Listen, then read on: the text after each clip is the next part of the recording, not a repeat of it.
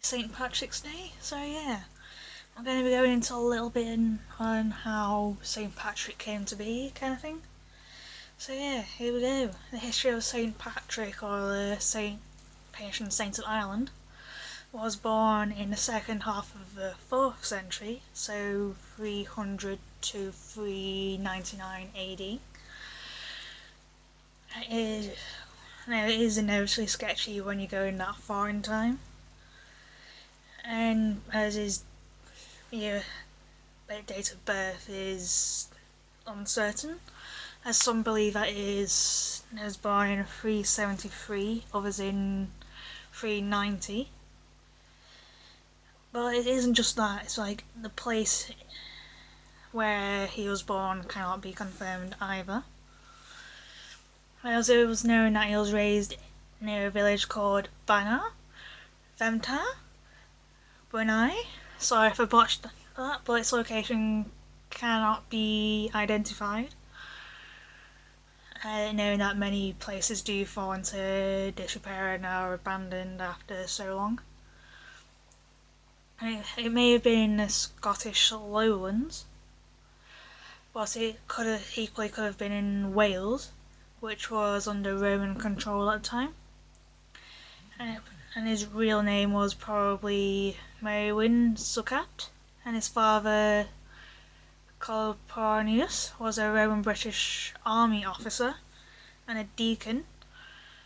And despite his family involvement in the church, young Patrick was not really a believer, and his life was ordinary and unexceptional till he turned 16. But events then occurred which set the history of Patrick and the history of Ireland on a new course, as he was kidnapped along with many others by Irish pirates and sold into slavery in Ireland.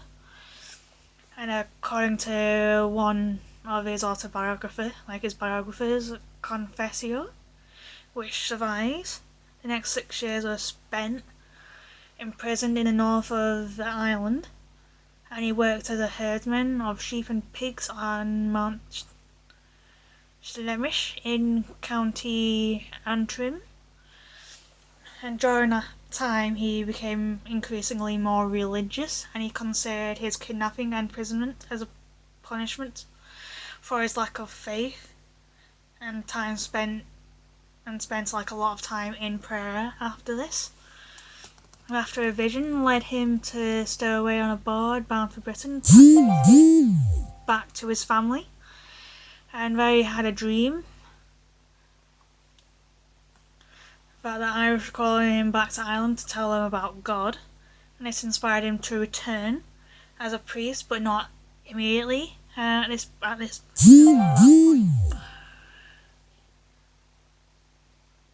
he didn't feel adequately prepared for a life as a missionary, and his studies took him to France, where he was trained in a monastery, possibly under Saint Germain,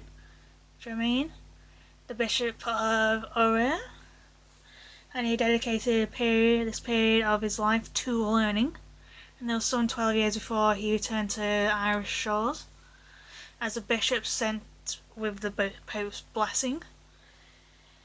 And in the next chapter, all of the history of St. Patrick is better known than his early life, and he landed in at Strangford Lough in County Down.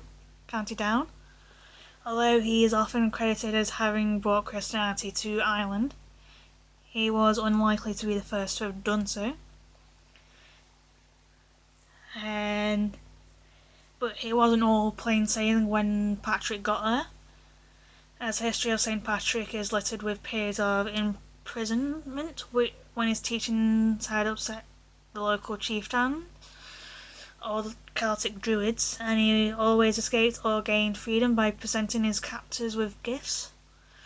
And for 20 years he travelled the length and breadth of Ireland, baptising people and establishing monasteries, schools and churches as he went. By the time he died on the 17th of March either in 461 or 493, depending on the calculations. He left behind an organised church and an island of Christians, and the date of his death, which is more or less has been confirmed, has been commemorated as St. Patrick's Day ever since. So yeah.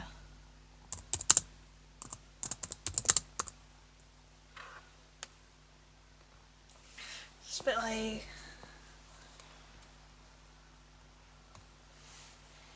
And then maybe a couple of things that go on St. Patrick's Day, like especially in Ireland, considering he is kind of like a patron saint in all Ireland and all that.